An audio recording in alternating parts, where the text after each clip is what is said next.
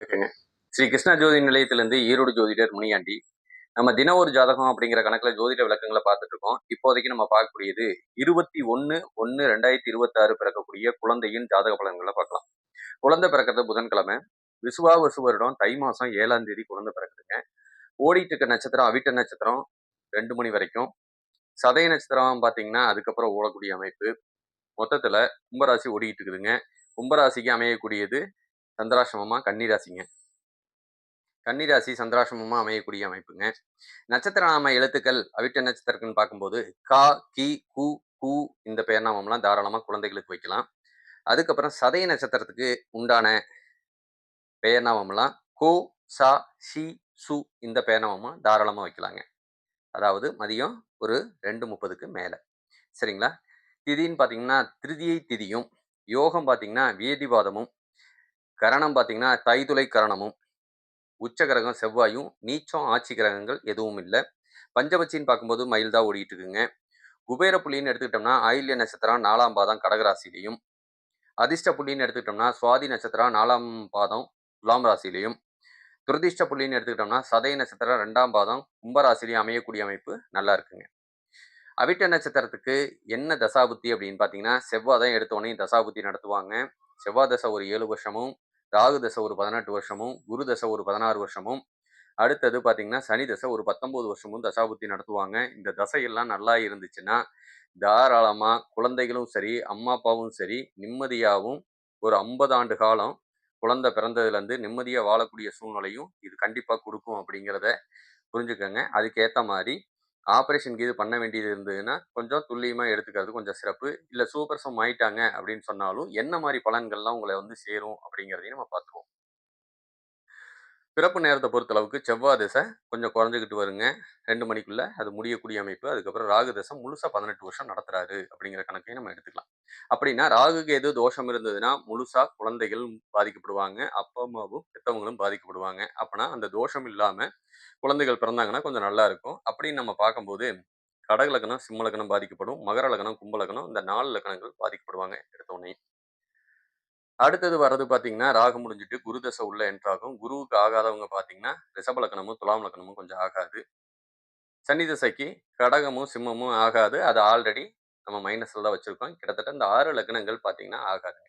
சரி அந்த 6 லக்னத்துல சுப பிரசவமோ, இல்ல தெரியாம நாங்க குழந்தைய ஆப்ரேஷன் பண்ணியே எடுக்கிறோம் அப்படின்னு சொன்னாவோ, என்ன மாரி பலன்கள் வரும் அப்படின்னு கேட்டீங்கன்னா, அம்மா, அப்பாவுக்கு இடையில சண்டை முதல்ல வரும். காரணம் இல்லாம சண்டையும், வீட்ட தேடி பாம்புகள் வரக்கூடிய அமைப்பும், சரிங்களா? அ மனஸ்தாபங்கள் ஏற்படுத்தக்கூடிய அமைப்பும், இதனால அப்பாவும், அம்மாவும் பிரிஞ்சு வாழ வேண்டிய சூழ்நிலையோ, இல்ல ஊர் விட்டு, தேசம் விட்டு சென்று வாழ வேண்டிய சூழ்நிலையோ, பூர்வீகத்துல வாழ முடியாத சூழ்நிலையோ, பூர்வீகத்த விட்டு தள்ளி போய் வாழ வேண்டிய சூழ்நிலையோ, இல்ல வாடகை வீட்டிலேயே வசிக்க வேண்டிய சூழ்நிலையோ, இது எல்லாமே ஏற்படுத்தக்கூடிய அமைப்பு. கடன், நோய், வம்பு வழக்கு பிரச்சனை, போலீஸ் ஸ்டேஷன் கூட்டு போறது, சரிங்களா? தீரா கடனையும், தீரா நோயையும், இல்ல விபத்தையோ ஏற்படுத்தக்கூடிய அமைப்பை இவங்க வேலை செய்வாங்க. அதனால நீங்க முடிஞ்ச வரைக்கும் கொஞ்சம் கவனமா இருக்கிறது சிறப்பு. இல்ல இந்த 6 லக்னம் தவிர்த்து மீதி 6 லக்னத்துல குழந்தை பிறந்துருச்சு அப்படின்னு சொன்னா, ஒரு பாதகமும் இல்ல. தாராளமா சூப்பரா இருக்கும். வாழக்கூடிய வாழ்க்கை ஒரு 50 ஆண்டு காலத்துக்கு பிரச்சனை இல்லாம வாழ வேண்டிய சூழ்நிலையும் குடுக்கும். அப்படிங்கிறத நம்ம புரிஞ்சுக்கலாம். சரிங்களா? சரி இந்த ஜாதக ரீதியா குழந்தை பிறக்கிற நேரத்துல ஆண் குழந்தை பிறந்தா என்ன மாரி பலன்? பெண் குழந்தை பிறந்தா என்ன மாரி பலன்? அப்படிங்கிறத நாடி முறைப்படி நம்ம பார்த்துருவோம். இப்போதைக்கு பெண் குழந்தை பிறக்கிறத நம்ம வச்சுக்குவோம். சில சமயம் சகோதரனால பிரயோஜனம் இல்ல அப்படிங்கிற கணக்கு நம்ம எடுத்துக்க வேண்டிய சூழ்நிலை குடுக்கும். பிள்ளைங்களுக்கு இரத்த குறைபாடு சம்பந்தப்பட்ட பிரச்சனையோ, இல்ல முதுகு தண்டுவட பிரச்சனையோ, இதயம் சம்பந்தப்பட்ட பிரச்சனையோ, வீட்ல இருக்க யாரோ ஒருத்தர் பெரியவங்களுக்கு ஏற்படுத்தக்கூடிய அமைப்ப செய்யும் அப்படிங்கிறதையும் புரிஞ்சுக்கணும். தோல் பிரச்சனை, நரம்பு சம்பந்தப்பட்ட பிரச்சனை இயற்கையிலேயே வரக்கூடிய அமைப்பும், இது பின்னாடி பார்த்தீங்க அப்படி சொன்னோம்னா, காதல்ல தோல்விய குடுக்கக்கூடிய அமைப்போ, படிப்புல தடபடுத்தக்கூடிய அமைப்போ ஏற்படுத்தக்கூடிய அமைப்பு உண்டு. தந்தை நல்ல வியாபாரி, நல்ல புத்திசாலி. கொஞ்சம் தந்தைக்கு சலன புத்தியை ஏற்படுத்தும். கொஞ்சம் கவனமா இருக்கிறது சிறப்பு. வேண்டாத கெட்ட பெயர சம்பாரிக்க வேண்டிய சூழ்நிலையை குடுக்கும். வண்டி வாகனம் வச்சு தொழில் பண்ணா நல்ல லாபம். வாங்கி விக்கிற எந்த தொழில் பண்ணாலும் உங்களுக்கு அருமையான லாபத்த குடுக்கக்கூடிய தன்மையில இருக்குங்க. இந்த பெண் பிள்ளை பிறக்குது அப்படிங்கிற பட்சத்தில தலக்கணம் புடிச்ச பிள்ளையா இருக்கும். தான் எடுத்தது தான் இறுதியான முடிவும். அரசு சம்பந்தப்பட்ட வேலையில உட்கார்ந்தா நல்ல லாபத்தையும் குடுக்கக்கூடிய அமைப்பு எல்லாமே இருக்கு. அழகுக்கு சொந்தக்காரியா இருப்பா. நிலையில்லா மனசுக்கு சொந்தக்காரியா இருப்பா. அம்மா கையில குடுத்து வாங்குற காசு அப்பாவுக்கு பல மடங்கு பெருகக்கூடிய யோகத்தையும், அம்மாவுக்கு கர்ப்பப்பை சம்பந்தப்பட்ட பிரச்சனையோ, பிள்ளைக்கு இடதுகண் சம்பந்தப்பட்ட பிரச்சனையோ ஏற்படுத்தக்கூடிய அமைப்பையும் இது வந்து சேரும்.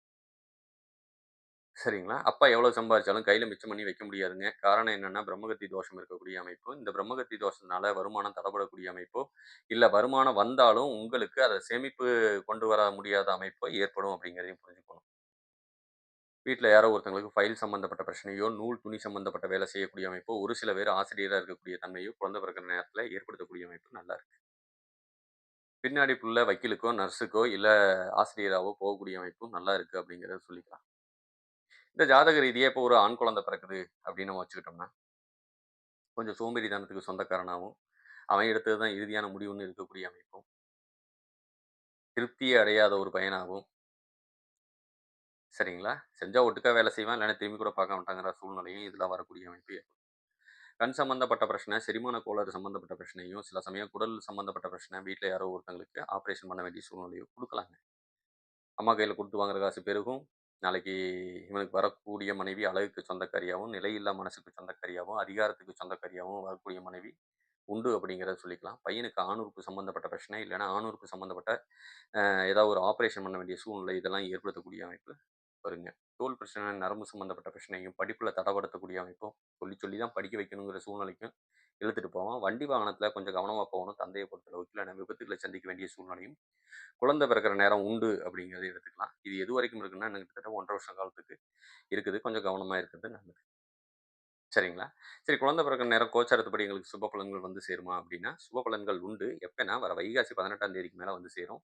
இடம் வாங்கக்கூடிய யோகம், வீடு கட்டக்கூடிய யோகம், அரசு சம்மந்தப்பட்டதுல லாபம் கிடைக்கக்கூடிய அமைப்பு, தொழில் சம்மந்தப்பட்டதுல வெற்றி குடுக்கக்கூடிய அமைப்பு, எல்லாமே வந்து சேரும் அப்படிங்கிறத புரிஞ்சுக்கங்க. சரிங்களா? இந்த ஜாதக ரீதியா மேலும் தகவல், எனக்கு குழந்தை அந்த தேதியில தான் பிறந்திருக்குங்க. அவங்களுக்கு துல்லிய டைம், அவங்க பிறந்த நேரத்துக்கு உண்டான துல்லிய டைம் இருந்ததுன்னா, அத போட்டு அனுப்புனீங்கன்னா, அவங்களுக்கு ஆயுள் பலம், குடும்பத்தில இருக்கிறவங்களுக்கு ஆயுள் பலம், மத்த எல்லா விஷயத்தையும் நம்ம தெரிஞ்சுக்கலாம் அப்படிங்கிறதையும் தெளிவாவே சொல்லிக்கிறேன். உங்களுக்கு வேணும்னா, தாராளமா கீழ இருக்க நம்பருக்கு கான்டாக்ட் பண்ணுங்க. ஜாதகமும் ஜாதகமும் எழுதி குடுத்துட்டுருக்கோம். உங்களுக்கு தேவையான பலன் கிடைக்கும் அப்படிங்கிறத சொல்லிக்கிறேன். நன்றி. வணக்கம்.